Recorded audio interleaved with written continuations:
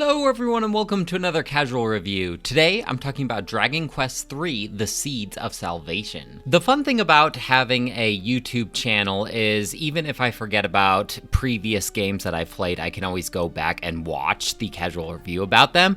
And I remember wanting to take a break from the Dragon Quest series after playing Dragon Quest II, so I went back and watched the Dragon Quest II video, and I did not really like Dragon Quest II. I believe I gave it a 2 out of 5. So I decided to tackle Dragon Quest III on my cell phone, and I know that may give some of you gamers out there an aneurysm. However, I find that playing some of these more grindy, old school JRPGs on the cell phone is a lot more accessible than playing it on a main gaming system. It works perfectly as a second screen type of deal, whereas instead of doom scrolling on a social media site, I decide to pull out my cell phone and start gaming instead. And I find that I feel a lot more satisfied with how I spent my time when I'm playing a video game compared to when I'm just doom scrolling on Reddit. And so I found that this game was perfectly accessible to me on my cell phone because it really lent itself to that grindy play style. Of course, I'm not a fan of the touchscreen gameplay and the vertical screen, but I did find myself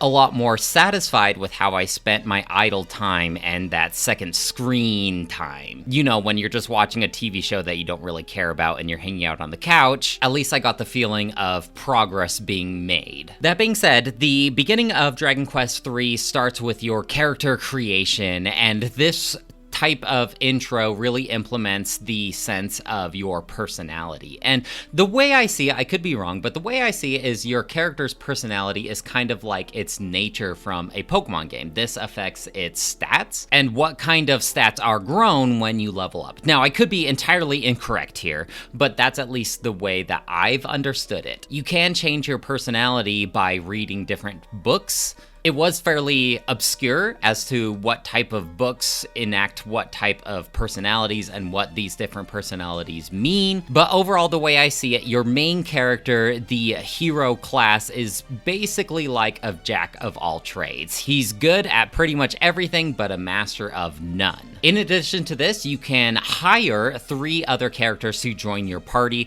and this is basically like your additional character creation mode, where you can choose what type of class you want your other characters to be, and you can choose what their names are, and then you assign them to your party. And you can have more than 4 characters that you've hired, but you can only take 4 with you on a journey, and so I felt like it made the most sense to just have my 4 main characters and not worry about creating any other characters. By the end of the beginning of the game, I had my warrior, a guy named Nelson. I had my hero, Fyrida. I had my black mage, is how I see it, but I think they're called like wizards or something like that, named Dorothy. And then I had my white mage, my healer, named Ernst. And I think that the healers are called priests in this game, but this is my go-to party style whenever I'm creating a party in Final Fantasy, and I felt like it would lend itself well to here in Dragon Quest III. Of course, later in the game, once your characters reach level 20, you can upgrade them or change their class, and this allows you to retain your previous abilities, but you start back at level 1, and this could potentially allow you to multi-class if you wanted to. And so eventually Dorothy was upgraded to the class Sage, which is basically like a red mage, I guess you could call them, without the melee aspect. Basically, Dorothy knew a ton of black magic spells and white magic spells. I'm definitely using Final Fantasy terminology here because that's the RPG that I'm most familiar with. Of course, the spells in this game are named completely different, like Zing and Kapow and Cock-a-doodle-doo. The nomenclature is a little different, but you probably understand what I'm talking about. In this one, an archfiend Baramos has taken over the world of light, and we must go and defeat him. And for a large chunk of this game, you're essentially trying to gather these 6 different orbs that are scattered scattered across the land to summon a phoenix in order to get to Baramos' castle. From what I remember of Dragon Quest II, the combat works fairly similar to that system, where you are more targeting like groups of enemies. Initially, you can only control your hero. You have to actually go into the tactics menu and set your 3 other party members to follow directions in order to gain direct control of them. Otherwise, they kind of go on autopilot, which is kind of annoying, but it's not too big of a deal to change their tactics. You also cannot choose the direct enemy that you are attacking in this game. You just target the group of enemies, and your characters will randomly attack one of those enemies. This, for the most part, works for spells as well. You're using spells on groups of enemies. There are some exceptions here. There are spells that can attack all the enemies on the board, but they don't do as much damage for the most part. I do still think I prefer the perspective from a Final Fantasy game where the enemies are on one side and I can see my characters on the other. This takes more of a perspective from something like Earthbound, where I can only see the enemies. It's more of a first-person point of view. Spells run on mana, and mana is a very precious resource, especially if you have a dedicated healer. And what is incredibly devastating is if one of your party members dies, because for the majority of the game, you do not have a reviving spell, and so you have to go talk to one of the priests in a major city and spend a costly sum in order to revive your party member. That means for the majority of the game, if you're in the middle of a dungeon and one of your party members falls, you pretty much need to evacuate and teleport back to a major city and start the whole dungeon crawling process over again. If all of your party members fall, then you lose a large sum of your money too. And so currency was a very precious resource, especially if you're trying to save up for a particular weapon or equipment. And that leads me to items. And items, equipment, weapons, a lot of them have special effects when you use them. However, unless you have a merchant in your party, you cannot read a description of the item. And so if you want to figure out what your item, equipment, or weapon does, you are going to have to go online and search up its effects, or use it and just kind of trial by fire it. There are plenty of cursed weapons and equipment as well, where if you attach them to your party member, they will become cursed with a negative side effect. All of our characters have individual bags as well, where they can only hold so many different items at once, and in order to use a certain item, it has to be that character's turn. Of course, you do have a bag, and this is like an infinite storage space where you can put as many different items as you want, but you cannot access the bag in battle. And so item management is definitely a thing here. As you can imagine, with all these things, grinding is definitely a necessity. There were certainly maybe 4 or 5 different segments in the game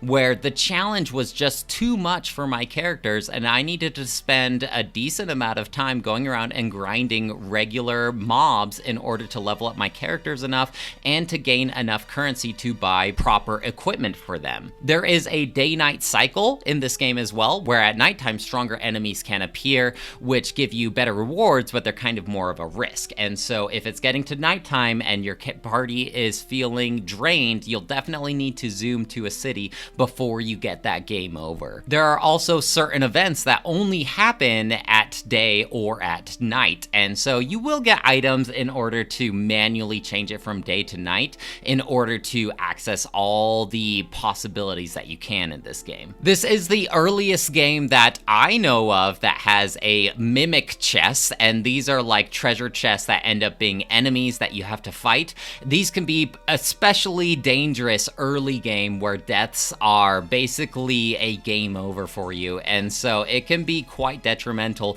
encountering one of these mimics early on in the game. Magical keys also make a return from Dragon Quest II, and these are pretty exciting when you do find them. I remember in Dragon Quest II and 1, you'd encounter all of these locked doors that you cannot possibly bypass until you get a magical key, and suddenly when you get them, just like a Metroidvania, you are pretty excited because you're like, oh, now I can go back to this city and unlock that door and get all of these chests. And in this game, there are like 3 tiers of magical keys that you can access. And these will help you find a collectible that is scattered across the whole game, these things called mini medals. And these mini medals can appear all over the place, and And essentially, if you gather certain amounts of these mini medals, you can travel back to the first town that you started out at, and depending on how many you've gathered, you can unlock certain weapons and certain items. And so if you are a completionist, you are going to spend a lot of time either following a walkthrough or just randomly searching for all of these mini medals to get all of the different unlockable items. It was kind of nice just having something little small to look for as you are traveling across the game, because it did always feel like you're working towards the next reward. So I am a fan of the mini medals. However, I got to admit I probably didn't use many of the items that I unlocked via the mini medals. For the beginning of this game, I also didn't really follow a walkthrough. It was fairly linear. I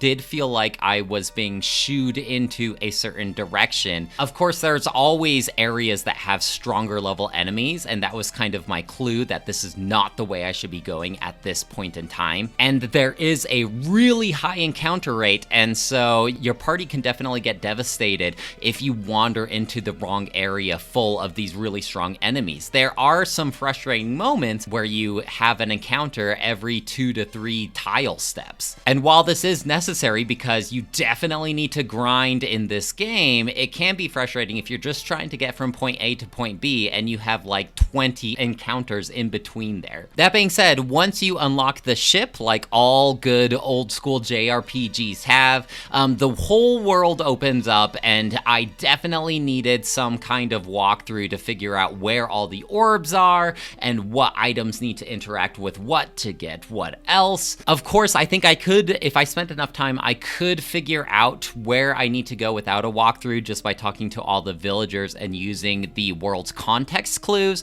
but ain't nobody got time for that. With the amount of time that I spent in this game, I did find myself getting well versed with all of its different locations, and I spent an embarrassing amount of time traversing across this world before I realized it looks very similar to the continents on Earth. It's like, oh, that kind of looks like South America and Africa, and then it's like, oh wait, those actually probably are modeled after the continents.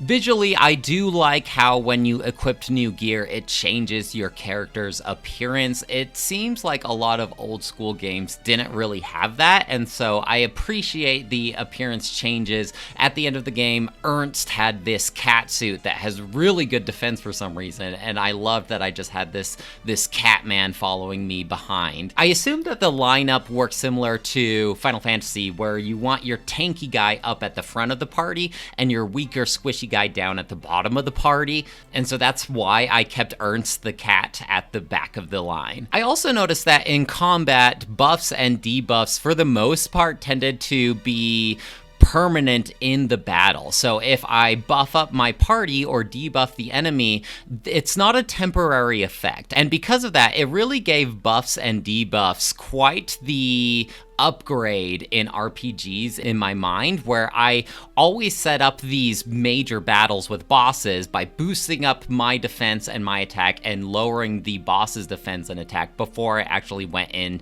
to do the actual battle. And that seemed to really help because these buffs just never wore out. Of course, there are certain enemies and bosses that can undo all of these buffs and debuffs, but for the most part, that wasn't really a thing. It is a super long game though. When I finally made my way all the way to Baramos, this is a spoiler by the way, it turns out that Baramos isn't the final baddie, and there's a whole underground world that you can traverse through. And so it took me a long amount of time playing through one of these old school games, especially because I was playing the mobile version. The mobile version doesn't have any of these features like fast forward or auto battle or no encounters, and so in order to roll the credits, I want to estimate it took me maybe 25 hours to play through all of Dragon Quest III and roll the credits. So if you're looking for a long, beefy game that you can play on your cell phone instead of doom scrolling on TikTok, this is a pretty viable option for you. And because I played it on my mobile phone rather than a dedicated gaming system, I found myself a lot more optimistic about Dragon Quest III compared to my playthrough of Dragon Quest II. I'm going to give this game a 3 out of 5, and although I do think that it is fairly similar to Dragon Quest II, which I gave a 2 out of 5, I think that mobile experience might have bumped it up an extra point. So far, I do still find myself being a Final Fantasy fan over a Dragon Quest fan, but I am not giving up on the series. Eventually, I will continue on with Dragon Quest IV. Maybe one of these days, the Dragon Quest series will win me over. Well, folks, that's it for me. Let me know if you have any questions or comments about Dragon Quest III, The Seeds of Salvation, and I'd love to hear what you have to say. Otherwise, I'll talk to you later. Bye!